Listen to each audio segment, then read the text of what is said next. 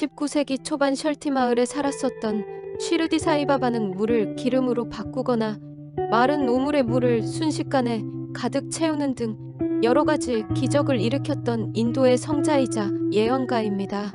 그는 죽기 직전 나는 죽더라도 8년 뒤 비슈누 신을 신봉하는 힌두교 가정에서 다시 태어날 것이다 라고 예언하고는 숨을 거뒀습니다. 그리고 정확히 8년 뒤인 1926년 훗날 사티야 사이바바라고 불리게 될 아이가 태어나게 됩니다. 사티야 사이바바는 인도의 영적인 지도자이자 교육자입니다. 라주라는 이름으로 살던 사이바바는 13살이 되던 해 독전갈에 쏘여 2달여 동안을 앓다가 일어나 나는 쉬르디 사이바바의 환생이다. 다른 사람들의 고통을 덜어주기 위해 예언대로 8년 만에 다시 태어났다라는 주장을 하기 시작했습니다. 당연히 부모님들은 자신의 어린 아들이 하는 얘기를 믿지 않았고 오히려 걱정하기까지 했습니다. 그러자 사이바바는 손을 공중에서 돌리며 금은보화를 만들어내 사람들을 놀라게 했지만 그의 아버지는 그저 눈속임일 뿐이라며 여전히 믿지 않았다고 합니다. 사이바바는 그렇게 만들어낸 각종의 보석으로 어려운 사람들을 도와주기 시작했으며 14살이 되던 해에는 신자들이 나를 찾고 있으니 떠나야 한다는 말을 남기고는 집을 나왔습니다. 사이바바는 자신의 전생인 쉬르디 사이바바였을 때의 신자들을 만나 당사자가 아니고서는 알 수 없는 개인적인 대화들을 나눴습니다. 그 후 수십 년간 영적인 지도자로서 종교활동을 해온 사이바바는 1999년 당시 그를 따르는 추종자가 600만 명에 이르렀으며 추종자들은 그를 성인이자 신의 화신으로까지 생각한다고 합니다.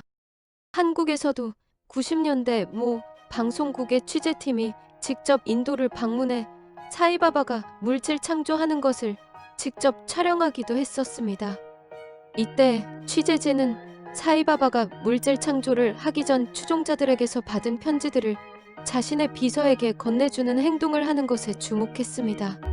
영상을 분석한 결과 편지로 손이 가려진 틈을 이용해 사이바바가 무언가를 받는 듯한 장면이 포착돼 트릭을 의심하기도 했었습니다.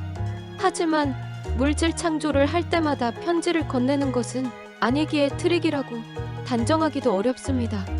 사이바바는 서양의 다큐 감독들도 눈에 불을 켜고 그의 속임수를 밝혀내려고 쫓아다녔습니다. 실제로 속임수라고 단정짓는 영상들도 꽤 있었지만 수십 년간 사람들을 도와줬던 그 많은 보석들이 어디서 나왔는지는 설명하지 못했습니다. 저는 사이비에는 크게 2가지 부류가 있다고 생각하는데 첫 번째는 본인의 이득을 취하기 위해 자신을 신이라고 속이는 사람들이고 두 번째는 본인이 진짜 신이라고 착각하는 사람들입니다. 후자의 경우는 수행을 무리하게 하다가 머리가 돌아버리는 경우 많이 생기는데 사이바바가 사이비가 맞다면 아마도 2번째 성향에 더 가까울 것이라고 생각합니다. 어린 시절 2달여 동안을 앓았을 때 머리에 무언가 이상이 생겼을 가능성도 있기 때문입니다. 그게 아니라면 진짜 성자일 가능성도 있습니다. 실제로 사이바바의 기적을 체험한 사람들이 많이 존재하고 수십 년간 많은 사람들에게 물질적으로 베풀면서 살았던 것도 사실이기 때문입니다. 무엇보다 서양의 감독들이 집요하게 그를 쫓아다니면서도 그의 속임수라고 명확하게 단정지을 만한 영상을 찍지는 못했습니다. 대부분은 속임수로 의심될 만한 영상들이었습니다. 세계에서 가장 유명한 초능력자이자 영적 지도자인 그에 대해 여전히 의문을 품고 있는 사람들이 많이 있지만 사후인 현재까지도 많은 추종자들이 그의 아쉬람을 방문하고 있습니다.